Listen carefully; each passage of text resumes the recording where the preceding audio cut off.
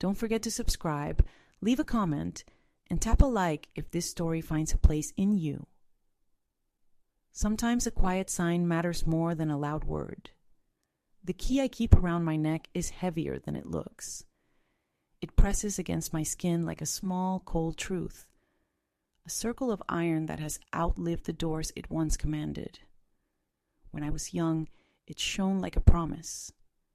Now, as I speak with the tremor of a late autumn leaf, it is only a clock without hands, reminding me of what time locked away and what it allowed to escape. I hold it often at dusk when the house sighs and the window reflects an old woman's face back at me. The mirror on the wall has a hairline crack, thin as a hair of the Madonna, running from the corner to my cheekbone, and if I tilt my head just so, the crack sits in my reflection like a healed scar. Things break quietly, child. They break like bread. And sometimes they are blessed as they break, and sometimes not. I was sent to the convent in late winter, the kind of week when breath turns to frost in the air and everything smells faintly of iron blood in the cold or old hinges. The sky had a chalky taste, and the snow on the road had been trampled into transparency where carts had passed, so that the earth peered through it like a stubborn bruise. My mother pressed my hands inside her old gloves, the ones with the stitched flowers unraveling at the tips, and tied a ribbon around my hair, even though no one would see it once the veil came. She did things like that, small tendernesses, soft stitches against a larger tear. She didn't cry. She was not the crying sort. She did not say, "Forgive me." She looked past me to the convent walls, as if they might look back. The gates were black and ribbed like a whale's jawbone. When the sister at the door, a tall woman with knuckles so raw I wanted to cup them, opened to us, the smell of wax and stones slid over my shoulders and down my spine.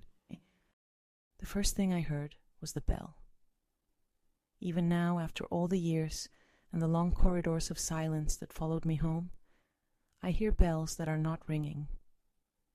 It was not the bell itself, but the pause after it, how the air held its breath, and the walls listened. That pause was the convent's true voice. Sister Agnes took me to the parlor where visitors were allowed, an anteroom made for gentle partings. The furniture looked obedient. My mother and I sat on a wooden bench that had been polished to a shine by grief. We did not speak. Through the grill, I saw a stretch of corridor, as thin and long as a promise you don't intend to keep. A clock on the wall ticked too loudly, as if it were unfaithful to the vow of silence, and I felt its sound like a finger against my pulse. My mother reached for my hand, and I let her take it, though I wanted to press it to the stone floor and listen for the heart of the building. I was 17 and thought stone stored truth the way wood stores warmth. Perhaps it does. Perhaps that is why old churches are so heavy.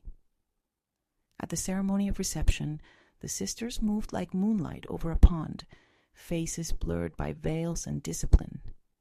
The prioress, Mother Severina, had a mouth that never quite closed, as if she were always tasting something sour. She read my letter of intent, the one Father Martin drafted for me, in which I declared a hunger for a hidden life, for prayer and service. I tried to stand beside the words, as if they were mine. I kept my eyes on the floor, where scratches crossed each other like a web of small escapes. The key I was given then was not iron, but imagined a key of obedience. Mother Severina said softly, a key that would undo the door to my restless heart. I accepted it the way the Winterfields accept a burial coldly, because they must. I learned the hours as one learns a song. Matins, lauds, prime, terce, sext, none, vespers, compline. We sang the psalms in a kind of narrow beauty. I learned the squeak of each hinge, the dark sweet drift of incense, the lift of a sparrow taking crumbs at the cloister walk. I learned whose shoes were soft and whose heels struck the stones like nails. There is a geography to any prison, even a prison made of prayer. There are corners that look harmless until they gather you. There is a door that opens to the kitchen garden and the smell of winter time. Another door opens to a staircase that bends inward, hiding itself from heaven. There is a little room, barely more than a cupboard, where the candles sleep upright in their boxes, and where I once pressed my cheek to the waxed floor and felt the chill enter me like a vow performed for the wrong reasons. If I tell you I was naive, you may think I'm forgiving myself. I am not. I was a girl who mistook invisibility for holiness. I wanted to disappear into goodness and be carried on its back. But goodness yawns and stretches into shapes that look like it from far away. At first I believed the sisters' faces were blank with peace. Later I understood they were washed by fear and dried by routine. There were true saints among them, Sister Pilar with her whisper of a smile and hands that smelled of yeast, who sang to the dough as if it were a stubborn infant. Sister Bitte, whose knees were ruined by years of kneeling and who found a way to kneel in her heart when her body refused. But there were others. You said you wanted the truth, and I have lived too long to varnish it. The first sin I saw was small. Small things teach you the shape of big ones. Sister Immaculata counted the loaves and hid one in the cupboard before she called the number. We were to feed a group of poor women who came on Thursdays, coats buttoned to the throat, eyes like coins gone smooth from finding and being found. Sister Immaculata tucked the extra loaf under her habit and carried it to Mother Severina's cell. I know because I was sent with a pitcher of milk, and the key to the pantry, a real key, bone-handled, warm from the place I kept it at my waist. I hovered in the corridor while she entered, and I heard laughter. Laughter is not a sin, but there is a way to laugh over bread that makes the bread harden in its heart. We were taught to look at the crucifix when our thoughts rebelled. We were taught that obedience was a door that opened inward. We were taught that withholding a truth from ourselves could be a kind of virtue if our superiors asked it. In the evenings, I stared at the tiny mirror that lived in the drawer of my narrow desk. We were not supposed to keep mirrors, but Sister Pilar gave me that shard with her flowery hands and told me not to lose my face in the dark. The mirror was a sliver broken from some larger whole. It remembered the shape it had once been. I watched my eye appear and disappear in it, a small fish in a smaller pond. When the bell rang for Compline, I hid the mirror under my prayer book and felt its thin edge throb against the cover like a heartbeat. It took me months to see the second sin, because it was loud, and so it disguised itself as power. The convent ran a small orphanage, 2 rooms and a yard, a lilac bush that failed every spring. Children arrived with envelopes pinned to their coats and left with names different from the ones they brought. Papers were rewritten the way a story is revised to make its ending tidy. Mother Severina said it was mercy, that it was better for these little ones to be placed in good Catholic homes than left to the wind's opinions. The law was a river then, altered by many hands. You could step into it at one bend and step out a league away, and no one would ask whose footprints you stood in. I signed papers that softened theft into charity. The ink had a violet smell that still turns my stomach. I do not know where those children are now. I pray they hold keys that fit the doors they were given. Do not think I was brave. I was obedient, and obedience grows a kind of second skin. But sin wakes you if it brushes your hair with its knuckles. The third sin was quiet as dust. It came at night between Compline and Lauds, when the clock our old round enemy stared at the ceiling and pretend to rest. In that hour, the corridors are a different species. The air is thick with sleep's discarded feathers. I heard footsteps more than once that belonged to no sister, a man's tread cautious, but heavy in a way that robes cannot hide. I told myself it was a dream. That winter was full of dreams, sinks full of maggots, roses blooming from sores. But the third time I woke to the click of a key in a door, and the murmuring voice of Mother Severina, and a laugh that seemed to smooth itself flat as a hand over a sheet, I knew I was awake. The key sound lodges even in old ears. Keys are honest. They declare themselves. In the morning, our prayers were clipped and golden. I watched Mother Severina bend over her book, lips moving, and it struck me that prayer and lying make cousins of us all if we are not vigilant. I am not proud of what I did next, but I am not ashamed either. One must occupy both seats sometimes to see the whole stage. I began to track the keys. The convent had 7 sets, the ring for the outer gates hung by the porter's window, where the draft turned it into a wind chime. The ring for storerooms, laundry, and kitchen hung in a drawer that was locked by a smaller key kept in Sister Margaret's bodice. The ring for the guest cells, the parlor, and the rooms near the sacristy belonged to Mother Severina alone, or so it was said. I learned that Sister Immaculata sometimes borrowed it by saying, for the electrician, or for a mother with a sick child. The ring for the old infirmary was kept on a rusty nail by the infirmarian's door, as if rust were a sentinel. There were 2 rings that no one spoke of. One had keys that did not fit any door I tried, and the other had only a single key, long and narrow, with teeth so carefully cut it reminded me of lace. I did not steal anything. I am not a thief. But I learned the weight of each ring, the way each sang against the hip, and I learned that the narrow key, the lace teeth key, was lighter than it looked.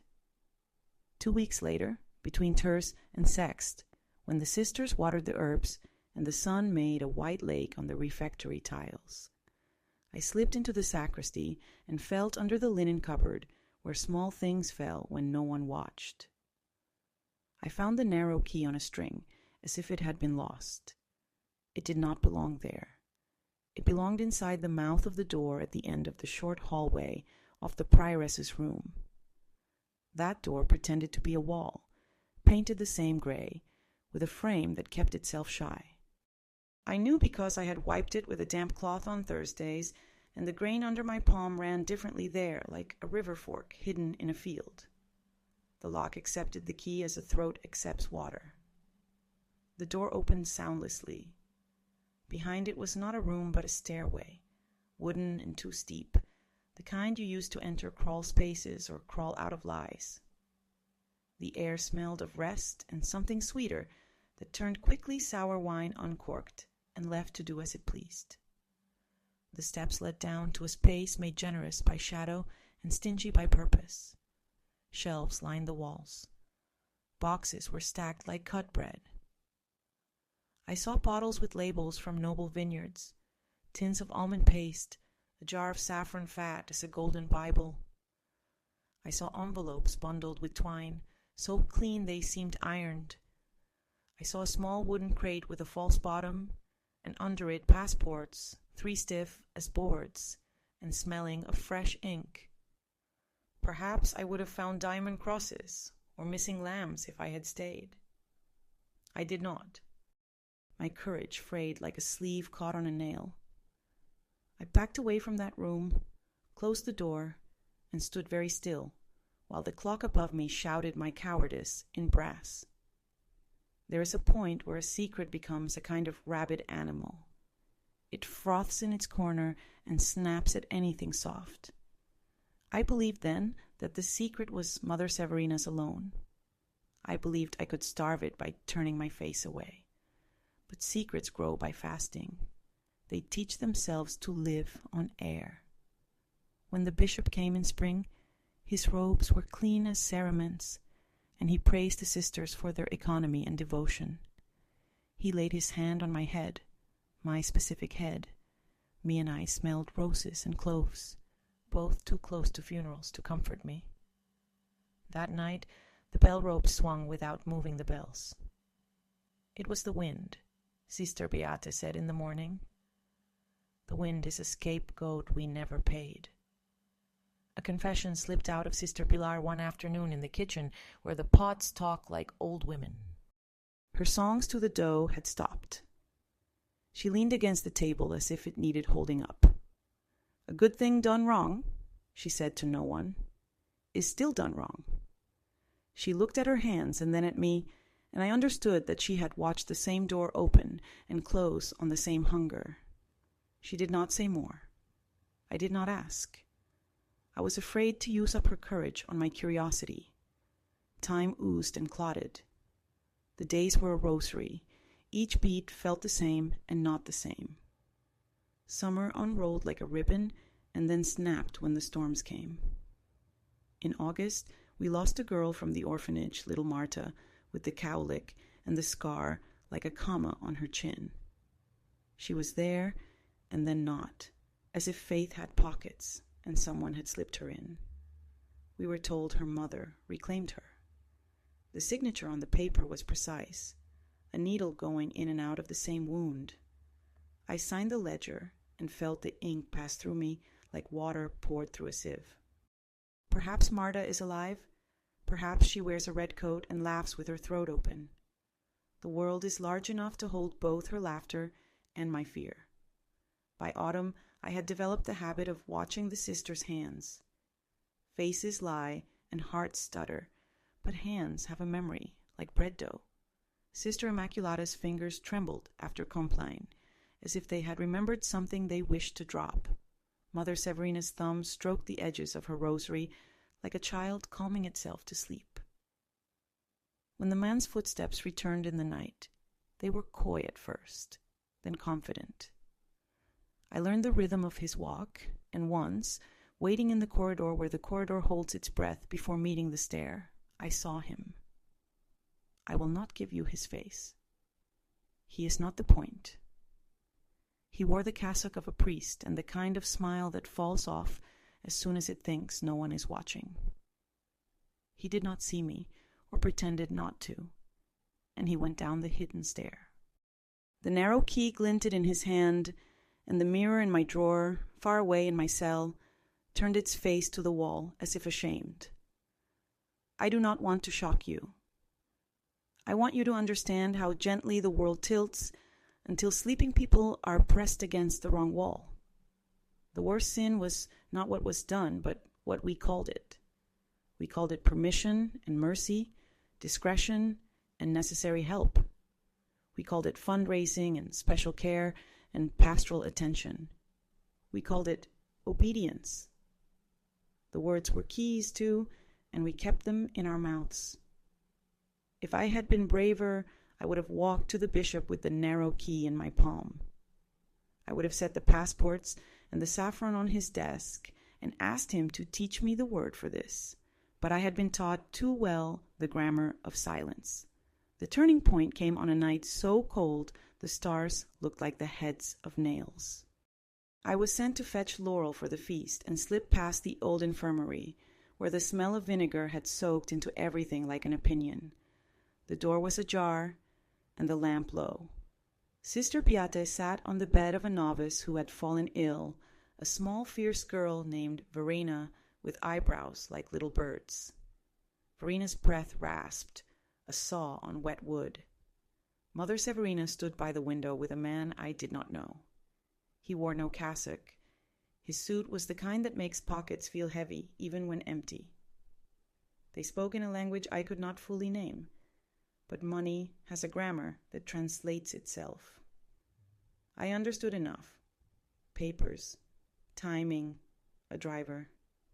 Verena stirred and called for her mother in a voice that belonged to a much younger child. I stepped back into the corridor, and for the first time, I did not go to the chapel to dampen my panic on the stones. I went to my cell, took out the mirror, and laid it flat on the desk, and I put the narrow key on it. The key scratched the mirror, and the crack leaped like a frightened fish. There, I thought, speak to each other. Tell the truth to the thing that only reflects it. if you've been listening, if this old voice has settled somewhere near your own, a small favor, leave a like or a word, so others may find this too. The world is a convent of its own kinds of silence. I decided to unlock more than one door. The first was my own. After Compline, I pretended to sleep, then slipped out when the whisper of the corridors began. I padded to the infirmary and stood in the shadow until Sister Beate rubbed her swollen knees and left to fetch hot water. Verina's eyes were open. They were not angry or brave. They were like windows when a curtain moves a little. I told her a story about a bird that walks instead of flying because it doesn't know about wings yet. I do not know why I chose that story. Perhaps I was speaking to the youngest part of myself. I told her the bird lived on an island where a cat learned to purr by listening to the wind in the grass. I told her the bird ate seeds that tasted like sundae.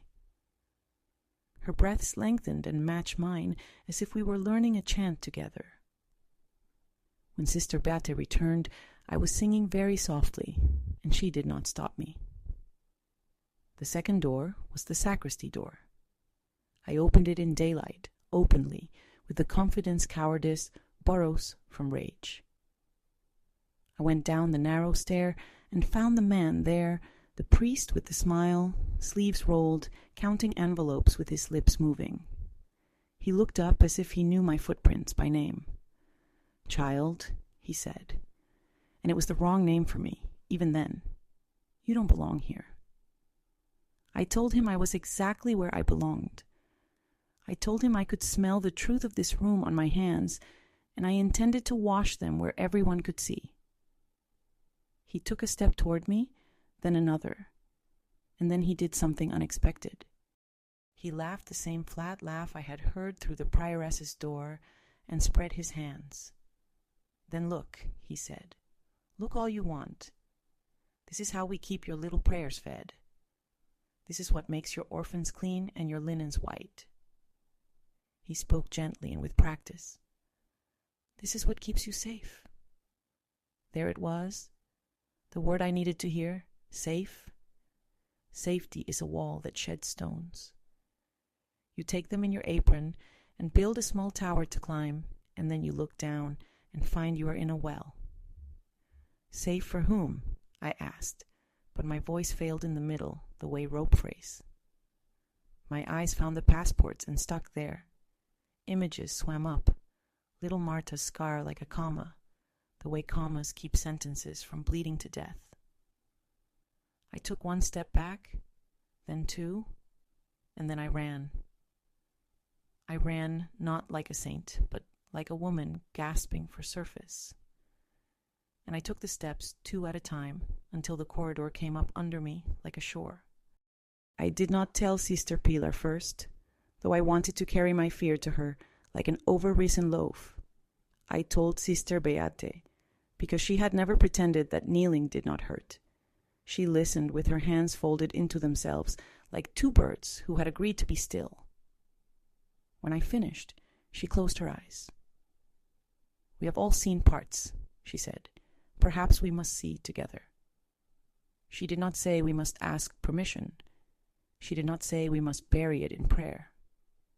She asked me for the key and did not flinch at the mirror's new wound. "Keep the mirror," she said. "It will remind you to see the cut and not only the face." We began with small refusals. We refused to sign papers unless 2 of us had read them and a third had watched. We refused to lie about a girl's mother and would send a sister to stand in the doorway of a man with a heavy suit and say nothing at all, because sometimes silence can rot a plan from within. We refused to let the hidden stair stay only hidden. We stood in front of it in the afternoon sun while the others picked herbs and asked each other loudly whether the steps were sound. Sister Immaculata developed a tremor that was not a tremor. She dropped a bundle of envelopes when the prioress passed and made a clumsy show of gathering them so that the twine loosened. The air was full of paper, and the bell pretended it had nothing to say. It is not a beautiful story. There is no surge of clean water at the end. The bishop did not come down like a sparrow and peck the truth into everyone's eyes. What happened was uglier and truer.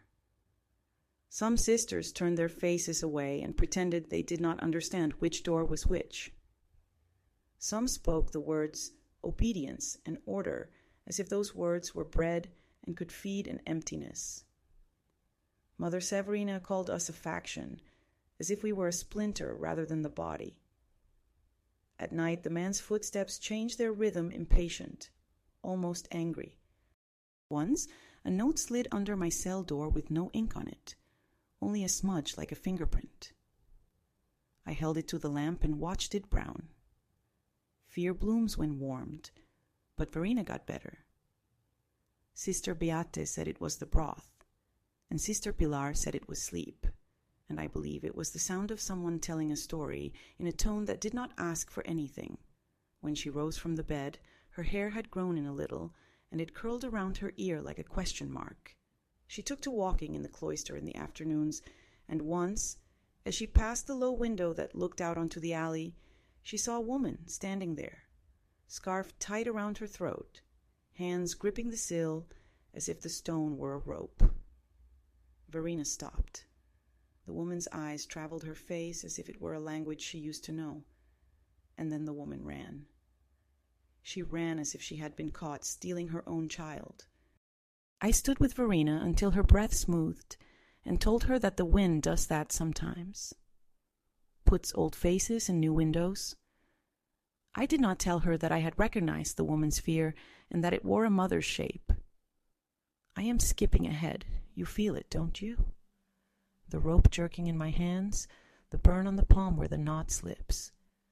But stories live in the order of the heart, not the calendar.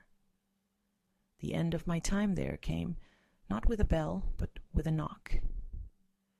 It was winter again, and the sky had that chalky taste, and the smell of iron had come back to the hinges. The knock was not the knock of someone asking entrance. It was the knock of someone who knows he belongs. I opened the porter's window and saw the man with the sleeves, the one with the smile that aborted itself, and he was not alone. Behind him stood a boy from the village with a fresh scar on his mouth where a tooth had jumped ship, and a woman who looked like she had been wrung the way you wring cloth. They told me there was trouble at the orphanage voices, a refusal, a paper unsigned. The man asked for Mother Severina. I told him she was at prayer. It was true. She was always at prayer when the math had too many remainders. I closed the window and did not go to the chapel. I went to the orphanage. Sister Immaculata stood in the doorway like a broom, barring the way with a stiffness that would sweep nothing clean. Inside, little Timo clung to a chair with both hands and a jaw set for a long war. A couple waited beside the desk with the clean papers, faces arranged the way you arrange flowers you do not like but must display. The air smelled of a life being arranged without its owner. I put my hand on Timo's shoulder and felt the smallness of his bones under the wool. I said, "No papers today. We are waiting for the mother." The words were not true, but they were not a lie either. We were always waiting for the mother, even when she came and stood under the window and ran. The couple objected in soft voices honed by practice. Sister Immaculata looked at me as if I had pulled her veil off in public. The man with the smile appeared, breathless with irritation, and used my name like a switch. It hurt and did not change anything. That day cracked the convent like an egg. Yolk everywhere, gold, sticky, impossible to ignore. Some sisters aligned themselves like knives set in a block. Others drifted, then attached like burrs to the side that seemed safer. I held the mirror shard and the key and a boy's stubborn shoulder and waited for the sound of a decision. It came a week later when Mother Severina called me to her cell. Her mouth was a thin line of winter. "You have caused disturbance," she said. "You have confused mercy with rebellion. You have mistaken yourself for a shepherd. She said I had a gift for stirring things that were meant to settle. She told me I would go to the outer house where the lay sisters lived, peel potatoes until I remembered the shape of my vows, and if I resisted, I would be sent home. Home, she said, and her mouth almost smiled, as if home were a punishment cunning enough to be holy. I said nothing. Silence is a blade that cuts two ways. I knelt because my knees remembered how. I stood because my spine remembered it was a pillar before it was a reed. I went to the outer house and I peeled potatoes. I peeled their eyes off so they could not watch me. I thought of clocks and how some are wound by hand and some by the sun.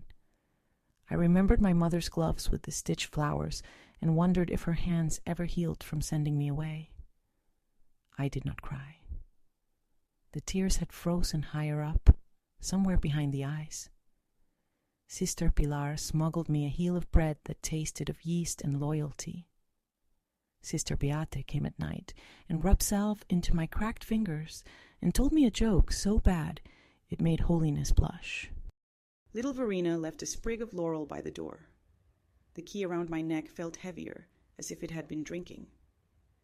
And then, in a turn I did not earn, the door opened. Not the hidden one. I do not pretend it was that simple. The bishop came, summoned by someone whose courage did not show its face to me, and he brought a man with a different smile and a woman who wrote everything down in small, firm letters. The hidden stair was shown. The envelopes were counted, and the papers measured against a law that had knotted itself differently since last we read it. The man with the sleeves made a mistake. People who believe in their own safety often do. He reached for the box with the false bottom as if it were his to carry. The woman with the pen wrote that down. I watched Mother Severina's mouth fail to close around several sentences.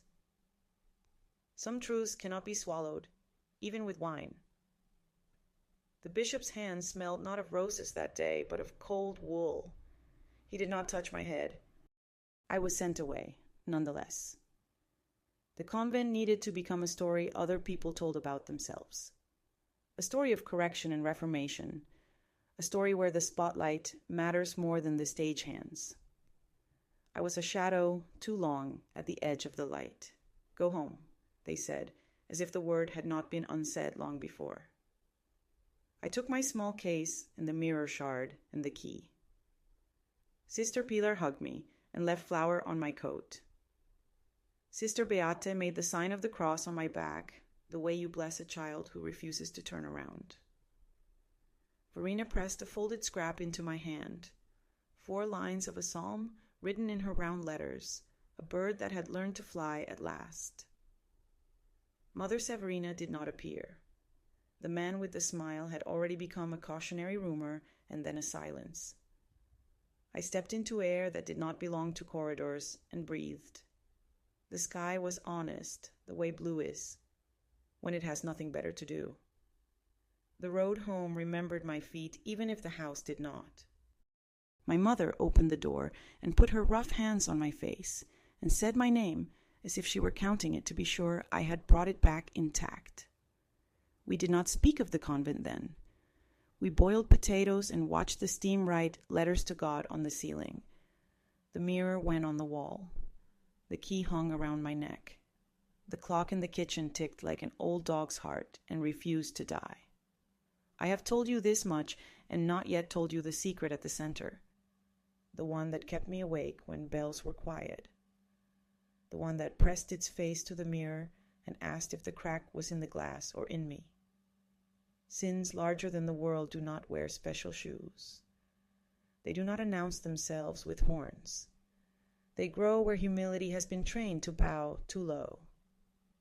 What I saw behind those holy walls was not filth masquerading as perfume. It was hunger dressed in gold thread. It was fear translated into policy. It was a love of order that could no longer tell the difference between a door and a wall. The worst of it is how much we helped it along with our small virtues, patience, modesty, thrift. We watered the wrong plant, and marveled at the greenness. If you are still here, if my old voice has kept you company this far, drop a quick comment or a single heart. It helps this story find other ears that might need the courage of a crack in the glass. I sleep now with the key under my pillow. When I wake in the wolf hour, I hold it and count the teeth the way other women count beads. The iron leaves a scent on my fingers that makes me young and then older at once. I get up and cross the cold floor to the mirror and look for my face along the line of the crack. Some nights it eludes me, some nights it walks toward me like a woman who has decided to keep her own name. And when the clock hesitates between minutes, on that narrow ledge where tick waits for talk, I hear the bell of the convent in the place of my heart that still keeps the hours, and I say quietly, so as not to startle the house, Amen, and then I begin again, because the day is long and the door between mercy and truth needs oil every morning. The nights after my return were not restful. The walls of my mother's house carried a silence of their own, not cloistered but resigned, like a hand that has given up on reaching. The beams above my bed creaked whenever the wind shifted, and I woke often, clutching the key under my pillow, half expecting to hear the tread of a man's shoes in the corridor, half ashamed that I had carried those sounds back with me like smuggled contraband. My mother did not ask for stories. She carried her questions the way one carries fire in a closed fist, better to burn alone than to let the whole house know. She cooked, she mended, and when she looked at me, her eyes slid to the key at my throat, though she never named it. I tried to move among the villagers as if I had always been there. I attended Mass, though the walls of the church pressed closer than they ever had before, as if stone itself remembered my disobedience. Father Martin greeted me with the same solemn nod he had used when I was a girl, but when his eyes lingered on mine, I saw calculation where once I had seen guidance. He asked gently if I intended to resume work with the parish school, perhaps teaching the younger children to read. The thought of ink on small fingers made my stomach twist with both longing and dread. I told him I would consider it. He smiled as if he already knew the answer, and the certainty in his smile frightened me more than any silence. The villagers whispered about the convent, of course. News travels even when it wears a veil. Some said the bishop had cleaned house, others that politics in Rome had shifted, and the convent was simply swept into the tide. No one asked me directly, but their eyes held questions. Was it as holy as they had believed, or as corrupt as rumor suggested? I kept my answers folded inside me like linens no one was allowed to touch. To speak too plainly would have been to open the wrong door again, and I had no wish to unleash those shadows into streets already crowded with hunger. Still, memory does not sleep because one commands it. At night I walked to the edge of the village where the fields pressed close, stubble scratching the wind, and I listened for bells that were no longer mine. Sometimes I carried the mirror shard hidden in my apron pocket. It caught moonlight like a guilty secret, a sliver of silver that refused to dull. I would lift it to my face and watch my eye glow pale, half of me reflected and half of me lost in shadow. I told myself that if the glass cracked further, it might finally show me whole. I began helping at the school despite my hesitations. The children reminded me of the orphans, but their laughter was untamed, without the weight of papers that rewrote their names. They smelled of earth and sweat, and sometimes of onions stolen from kitchens. They shouted their lessons, mangled prayers into rhymes, and scribbled letters backward until they looked like small animals crawling across the page. Their unruliness soothed me. It was proof of life, ungoverned by the iron that had pressed itself into me for so long. One boy, Elias, asked about the key I wore. I told him it opened a door that no longer existed. He nodded, as if that was an answer worth keeping, and perhaps it was. Do not think, child, that the convent released me completely. Its walls lived in my bones. Each sound in the village carried an echo, the baker's oven door clanging like the refectory bell, the lowing of cattle like chant in a wrong register, the rustle of wind in the poplars like footsteps at Compline. I flinched when men laughed too softly, when women lowered their eyes too quickly. The narrow stair haunted my dreams. In some, I was running down it, key in hand, pursued by shadows. In others, I was locking it behind me while a child's voice cried from below. I woke with my hand clenched so tightly around the key that its teeth imprinted themselves into my skin, red lines that faded only with the day. It was in those restless nights that I began writing, though I had little paper and less courage. I took scraps from the schoolroom, the backs of old parish notices, even the brown paper my mother used to wrap bread for neighbors. I wrote not confessions, but fragments. The smell of saffron in a dark room, the sound of a passport snapping shut like a bird's wing, the way Sister Pilar's hands looked dusted with flour even when they were clean. I wrote Marta's scar, Verina's bird-like eyebrows, the taste of iron in the convent air. The pages piled in a wooden box under my bed. Some nights I feared the box more than I had feared Mother Severina. To hold the truth in paper felt dangerous, as if words themselves were another hidden stair, leading down to a place from which I might not return. Years passed in this uneasy rhythm, teaching, writing, guarding silence. My mother grew thinner, her hands more lined, but her eyes retained that strange refusal to ask.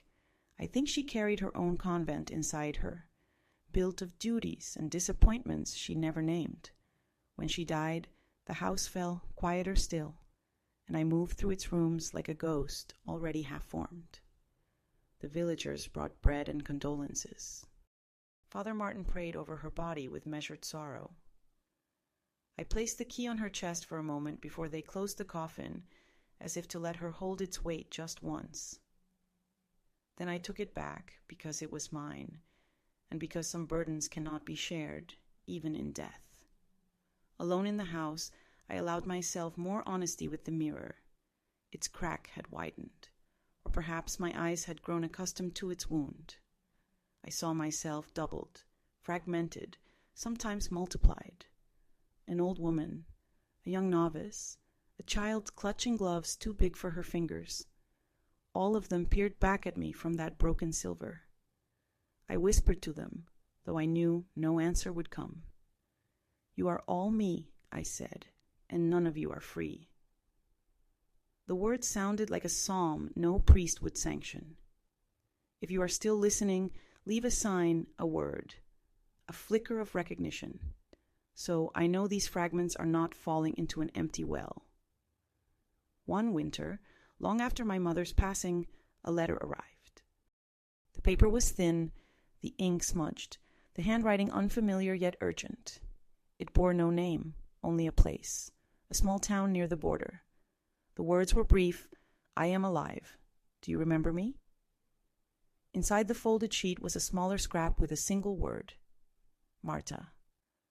My hands shook as I traced the letters, as if touching the paper might conjure her face again, the scar that made a comma of her chin. She had been taken, lost, rewritten, yet here was proof that her story had not ended in silence. The letter gave no details, no return address, only that plea: "Do you remember me?"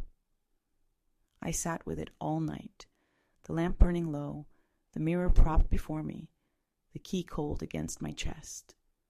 I whispered her name again and again, until it sounded less like a memory and more like a summons. Marta.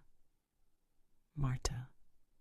Each time, the crack in the mirror seemed to widen, as if her voice were trying to break through. I wanted to go to her, to find the town, to see what life had shaped her. But fear gripped me.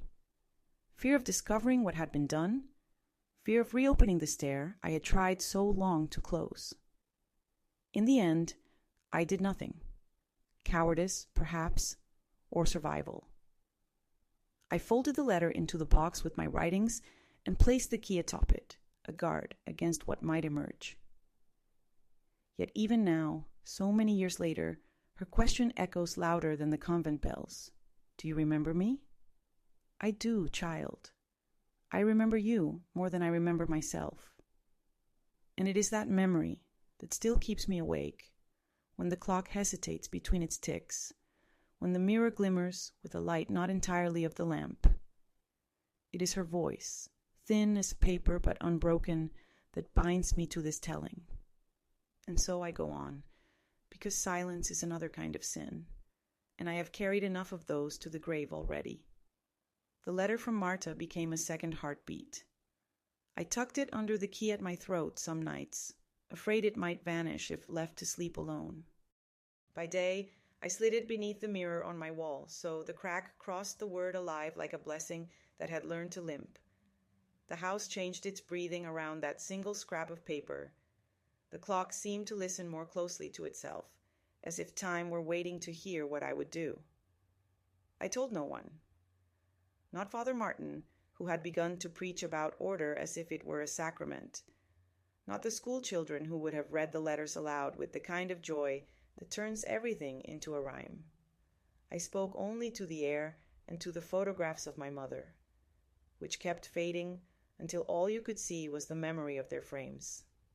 At night, I pressed the key's teeth into my palm and felt the little red crescents flower there, a garden of decisions not yet made. Weeks passed like footsteps that were trying not to be heard. And then a second letter arrived, written in a different hand, with the tilt of someone afraid her pen might betray her. It named a street near the border and a cafe with a green awning and a clock that always ran 5 minutes slow. Come if you wish, it said. If you cannot come, I will understand. I remember you counting the loaves. I remember the smell of wax when the light went out. There was no signature, but at the bottom of the page, a small comma had been drawn beside a smudged dot, like the scar I remembered on a child's face. I folded the letter once, twice, and then again, until it was the size of a fingernail, and I held it there between my fingers, as if the choice could be warmed into softness. I went. I did not announce it to the air.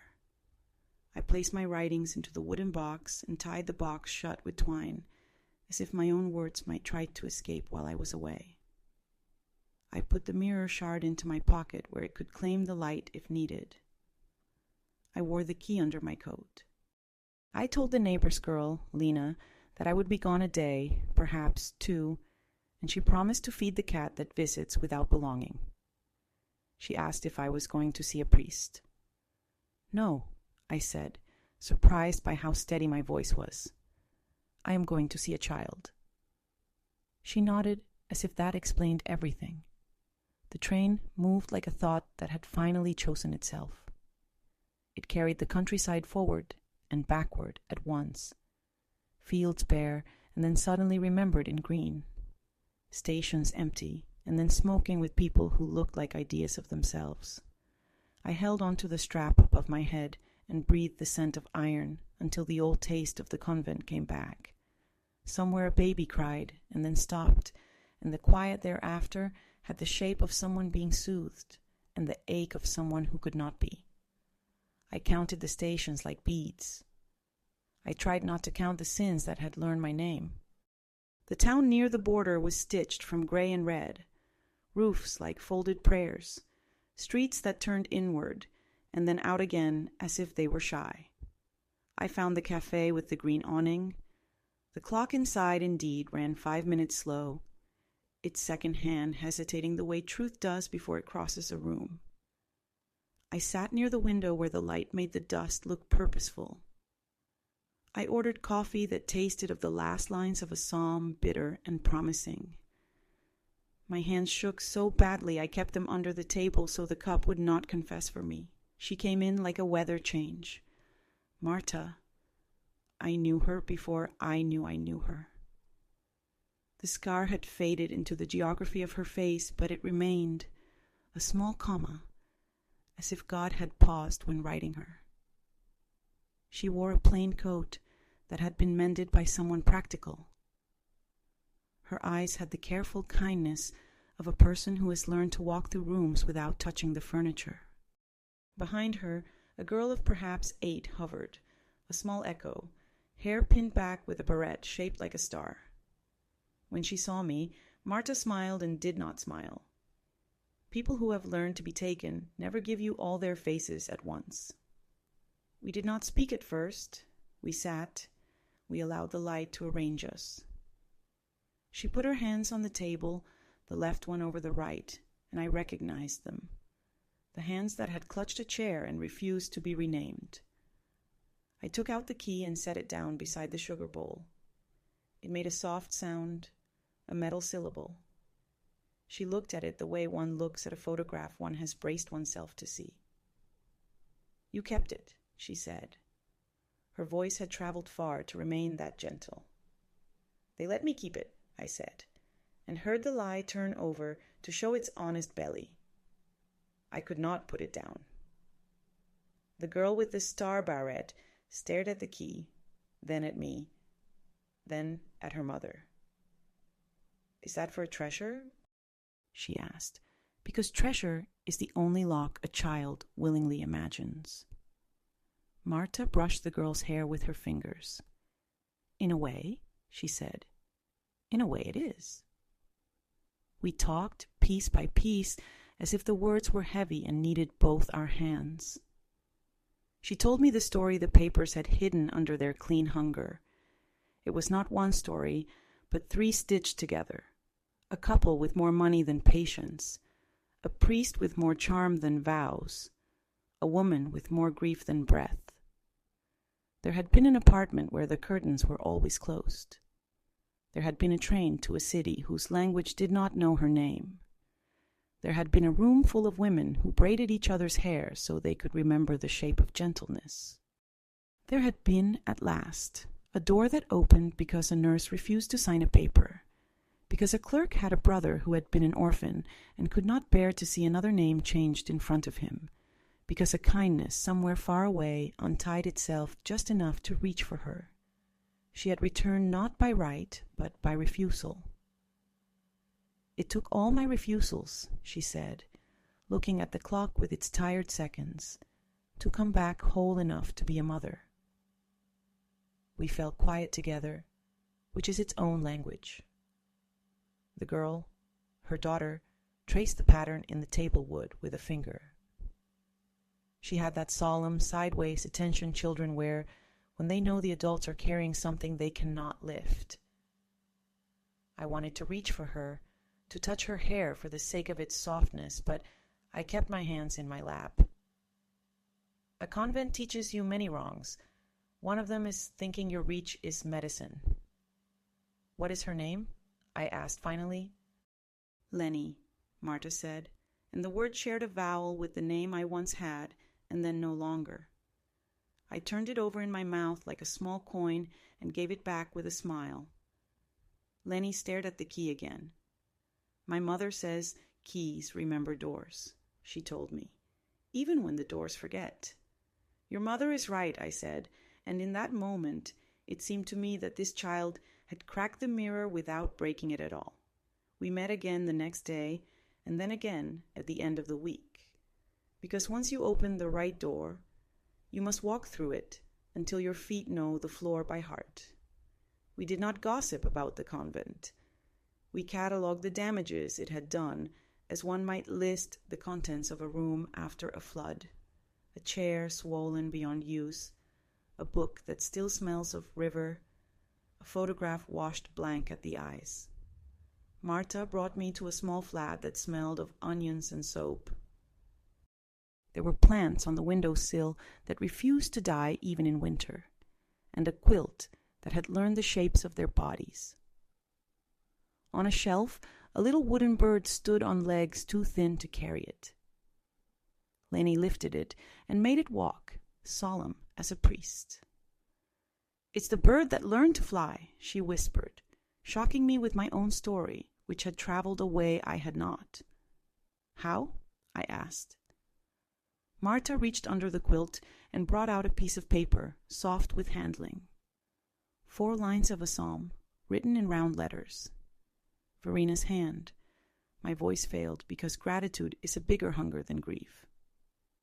Sister Beate sent it, Marta said. Long ago, she found me. She found many, sometimes with only a name and a smell remembered. She wrote letters with her knees on fire, she said. She prayed with her back against the door. She smiled then, a smile that tasted of leavened bread. She is gone now. I nodded. I had known without knowing. Somewhere in the outer house, a woman had peeled the last of the potatoes and put down the knife and gone where the knees do not ache. I felt the urge to kneel and thank the floor for having once held her. We decided, not with trumpets, not with banners, that we would make room for the stories no one wanted to keep. We were not good at the loudness courage sometimes wears. We were better at quiet arrangements. Marta knew women who knew other women whose names were thin in their mouths because the world had thinned them. I had the schoolroom, the afternoons, the children who wrote letters backward until they made sense. We began to meet on Sundays after Mass, not to confess but to sort. Papers, memories, fragments that did not match and then suddenly did. We made tea and placed the key in the middle of the table as if it were a candle. Lenny drew pictures of doors while we talked. One of her doors opened onto sky. Another opened onto a table set with bread and nothing else, as if hunger had finally chosen its true shape to be fed. Do me a small kindness if this finds you. Tap a like or leave a single word so the others who carry keys in their pockets might stumble on this room we've made. Father Martin heard of our gatherings the way men do who are afraid their certainties have grown a crack. He came to my house one afternoon and stood on the threshold longer than politeness required. He looked at the mirror on my wall and then at the key against my collarbone. There are proper channels, he said by way of greeting, as if water could be told where to flow after the levee had been forgotten. I invited him in. He preferred the doorway. You are stirring old sediment, he said. It clouds good water. It shows the bottom, I answered, and surprised myself with how quickly the words had learned to stand. He spoke of forgiveness and the dangers of revisiting wounds. I spoke of delivering the wounded to their names. He spoke of scandal.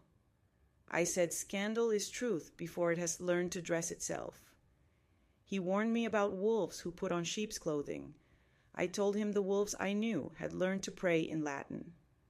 At last, he softened and placed a hand in the air as if touching my head from a distance. You were always a difficult girl, he said, with a sadness that almost reached me. And yet here I am, I replied, and shut the door gently so the key would not think I needed it. We helped where we could, and when we could not, we held vigil, which is a form of help that does not pretend to be more than it is. Sometimes the women we found wanted to speak into the air and then leave the words there, ownerless. Sometimes they wanted to retrieve a name, a baptismal record, a letter smudged by a tear that had not asked permission. Sometimes they wanted nothing from the past and everything from the future. A pair of shoes for a child who ran too fast, a landlord to be gentler just this once, a night without footsteps in the corridor of their heads. We gave bread. We wrote to archives that had learned to be polite. We kept the kettle full. Those who had no papers brought their hands and we held them. The hands know. News reached us, as news does, by breaking its own neck to arrive breathless. The convent had changed its name, then changed it back. The bishop had retired early. Mother Severina, no longer mother to anyone, lived with a relative who counted spoons and watched the door. The man with the sleeves had become a rumor elsewhere, then a caution. then nothing you could point to when someone asked, "But what was his name?" Our work was not about them anymore, though we had begun for them. It was about the girls who had been taught to walk without footsteps, and the women who had learned to laugh without showing their teeth. It was about Leni, whose drawings gained windows, and then people looking out of those windows without fear. I grow older even as I tell you this. The clock is a stubborn liturgy. It will not forget its duties to the hours. There are nights when the key feels heavier than a child, and I have to place it on the table so sleep can find me. There are mornings when I catch my face in the mirror and have to name myself twice before the name fits, but there are also afternoons when the sun lands on the floorboards and makes a road from the door to my chair, and Leni lies there reading, her hair a field and the page a sky, and I feel the crack in the glass as a kind of grace, a way for light to travel where it was not meant to. Once, late in autumn, Marta and I returned to the convent. We did not enter. We stood across the road where the hedges have learned to keep secrets. The bells were new. Someone had decided new bells would ring better. Yet their pause was familiar. We watched a group of girls cross the yard, laughing into their sleeves. A sister bent to tie a shoe and stayed there a while, perhaps because her niece had their memories too. The door to the sacristy had been repainted. The wall remembered and did not remember the narrow stair. I reached for Marta's hand and she gave it. "We do not owe it our silence," she said. "We owe it our witness." We stood until the light went thin and then went home, which is a hard word that keeps softening if you let it. I kept writing. Not a book anyone could buy and place on a shelf to be dusted. A ledger of fragments, of smells and sounds, and the way fear rearranges furniture and then forgets how it did it. Sometimes at night I place the mirror on the table and set the key atop it, and I watch the crack attempt to hold the iron and fail, and I feel a forgiving in that failure. I think of Sister Pilar's hands and Sister Beate's stubborn knees and Verena's eyebrows that were the bravest birds I have known, and of little Marta with the comma on her chin who walked into a room one day and sat down as if there had always been a chair waiting with her name on it. I think of my mother, who never asked but always knew, and of Father Martin, whose certainties were a type of hunger, and I say aloud, because speaking is also a door amen, and then, just as quietly, again. If this story has kept you company, leave a small sign, a word, a heart, a quiet echo so it can find its way to someone else who is counting the teeth of a key in the dark. There is no ending that absolves.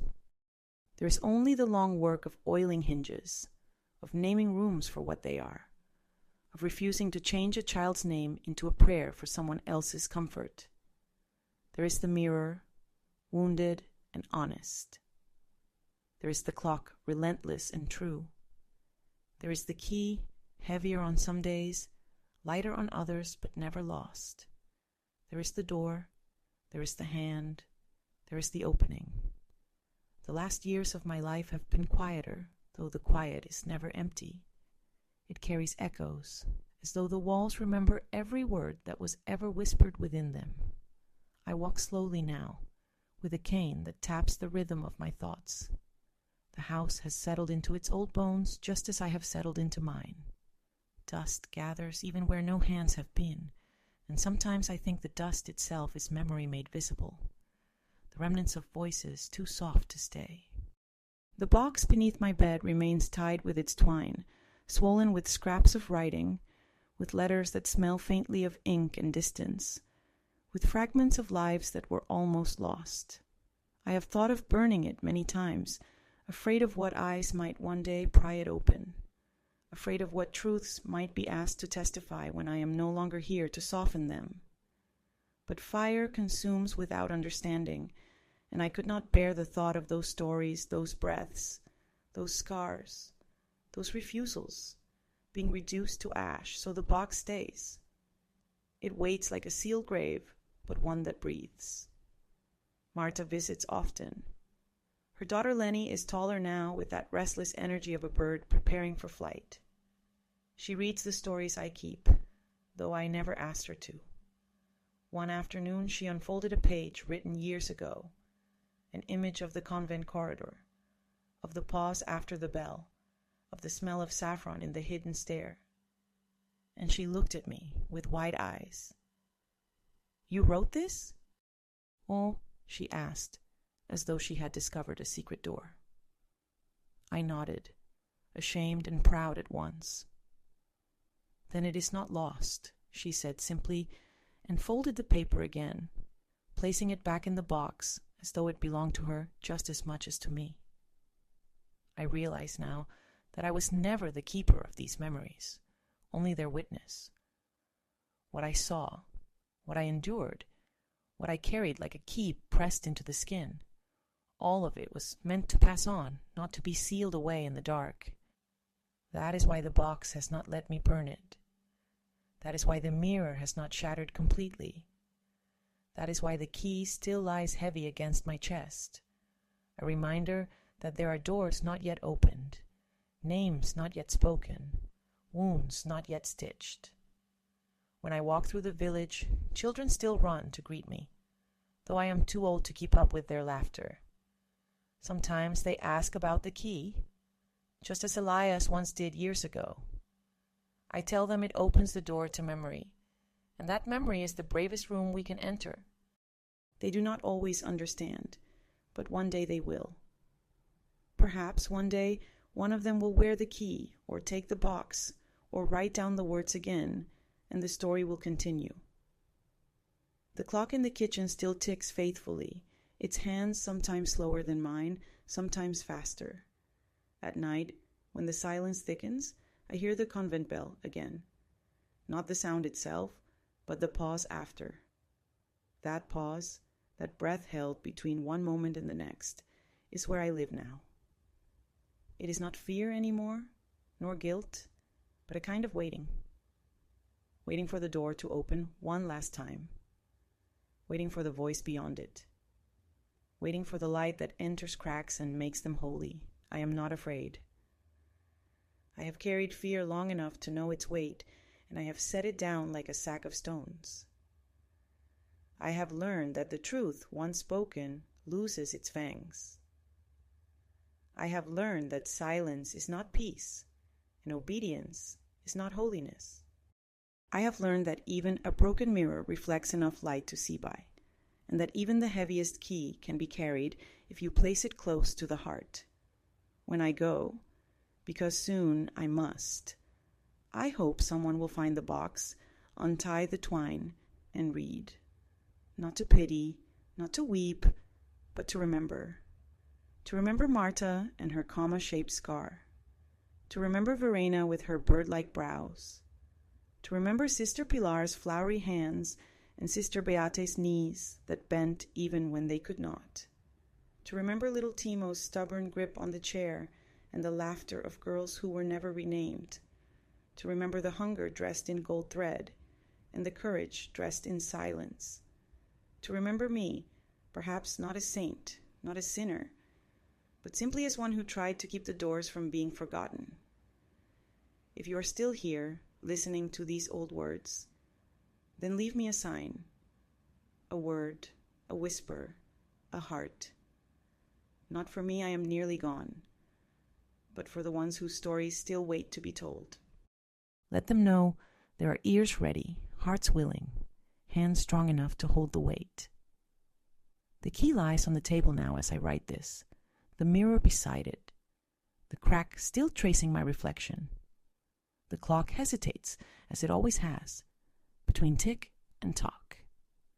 And I and an old woman, tired but unbroken, sit in that pause and whisper the only prayer I still believe in. Open.